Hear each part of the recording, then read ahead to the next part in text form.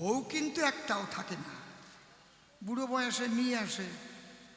বউকে আসে শুধু আঙুল চষে, আর টাকা পয়সা দিয়ে কি খালি বউ রাখা যায় নাকি? আরও কিছু লাগে টাকে না নাকি? আমি বুঝিও না বাবা, গরিব মানুষ। ইস, ওই বুড়ি খল খল করে আসতেছে, বুড়ির সেই যৌবনের কথা মনে পড়িছে। ও আমারে সহজে ছাড়বে না তাই ভাবছেন নাকি? ও ট্যাপা মাছের মতো ফুলতিছে পিছনে বসে, দেখেন, আর জ্বলতিছে। ওরে কি কমে ছাড়িয়েছি? ওর ফোটার দোষ কইছি। ও কি গোছাই নিয়ে আসতেছে তাই দেখেন। তাই তোমার একটা কথা বলি, বেশি ঝামেলা না করিয়া আমি যা বলি আমার কথা মানিয়ে নাও। একটা ভদ্রলোক, তার অন্য কিছু ন্যাক নাই, তার ন্যাক খালি ঘন ঘন বিয়ে করা, আর কিচ্ছু না। এখন ৭৩ বছর বয়স হয়েছে, ওই বয়সে একটা ১৯ বছরের মেয়েরে বিয়ে করেছে। অভ্যাস তো, বুঝতে পারছেন? বউ কিন্তু একটাও থাকে না, বুড়ো বয়সে নিয়ে আসে। বউকে আসে শুধু আঙুল চষে, আর টাকা পয়সা দিয়ে কি খালি বউ রাখা যায় নাকি? আরও কিছু লাগে টাকে না নাকি?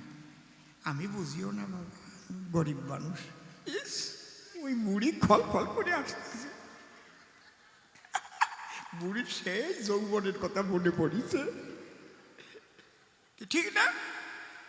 শুধু যদি টাকায় থাকতো, কত জমিদারের বউ বাড়ির কামলিয়া রাত ধরে কিতালি চলিয়ে যেত। কি যেন একটা ব্যাপার আছে বাবা, আমি বুঝিনি, গরিব মানুষ। আর আমার না এসব বাজে কথা ভাল লাগে না, আমার লজ্জা করে কেমন। সত্যি ভাইরে, আপনারা খারাপ ভাববেন না।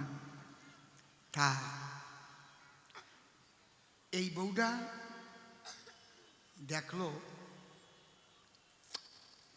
চলিয়ে যদি যাই আর তো বেশি দিন বাঁচবে না, এই সম্পত্তি তো তালি পাবো না, ওর মরার টাইম হয়ে গেছে। মাঝে মাঝে এই শ্বাসের ব্যারাম। কি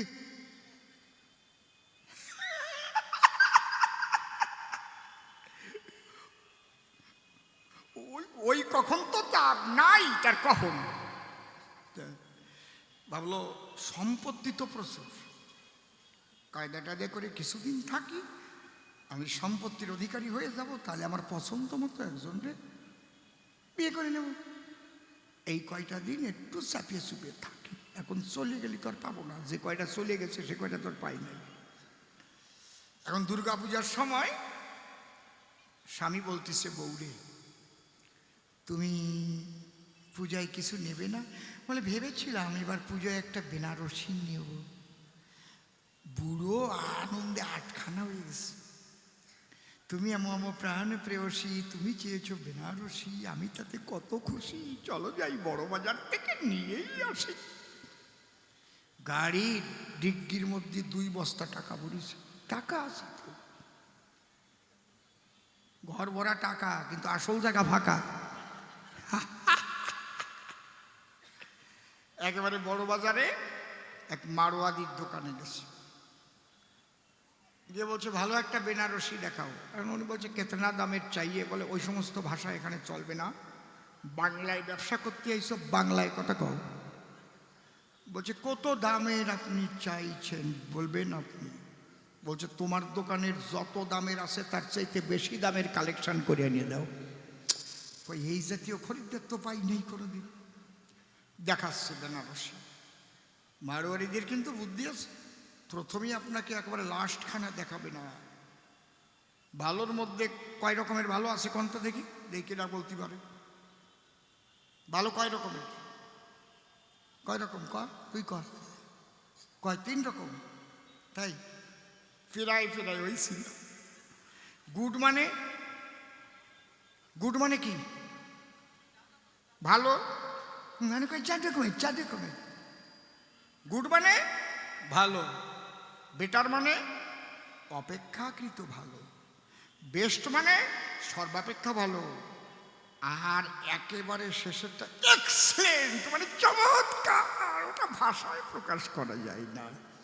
তো এক্সেলেন্টটা তো ওরা আগে দেখায় না, খরিদ্দার মাপিয়ে নেয়।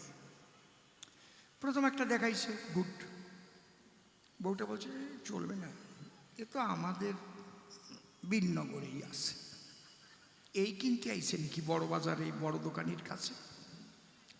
পরের খান দেখাইছে, বলে এও চলবে না, এ তো রানাঘাটেই আছে। পরের খান দেখাইছে, বলে এও চলবে না, এ তো কাঁচরাপাড়া গেলেই পাওয়া যায়, কলকাতায় আসবো কেন বাবা। এইবার মারোয়ারি ভাবে তাই তো খদ্দের তো একেবারে কুমানা, গাড়ি নিয়ে আসছে, এক্সেলেন্ট খানি দেখাই। এইবার একখান নিয়ে এসে যাতে সোনার জড়ি দেওয়া, ঝিকিমিকি ঝিকিমিকি ঝিকিমিকি করছে একদম পাড়িয়ে ভিতরে। এটা দাম কত? কয় 25,25,000 সোনার জড়ি দেওয়া মাল। তো বউডারে বলছে দেখো তো এটা পছন্দ হয় কিনা।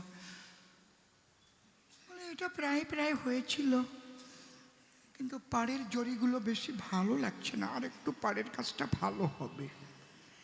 মারোয়ারির দ্বারে তো চাইতে ভালো আর নাই, ওইটাই তো বড় বাজার, এই নাই আর। মারোয়ারি দেখছে এই খরিদ্দার তো ছাড়িয়ে দেওয়া যায় না, বউডারে পটায় পটায় যদি কিছু করা যায়, কিছু করা যায়। দেখেন মারোয়ারি বলতেছে এত বাছাবাছি না করি।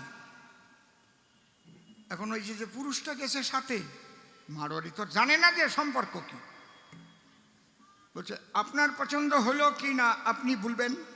পুরুষটা বলছে আমার তো পছন্দ আগের থেকেই অতি অতি আইছে, ও তো বীরনগর রানাঘাট কাঁচরাপাড়া ছাড়িয়ে কলকাতায় ঢুকিছে।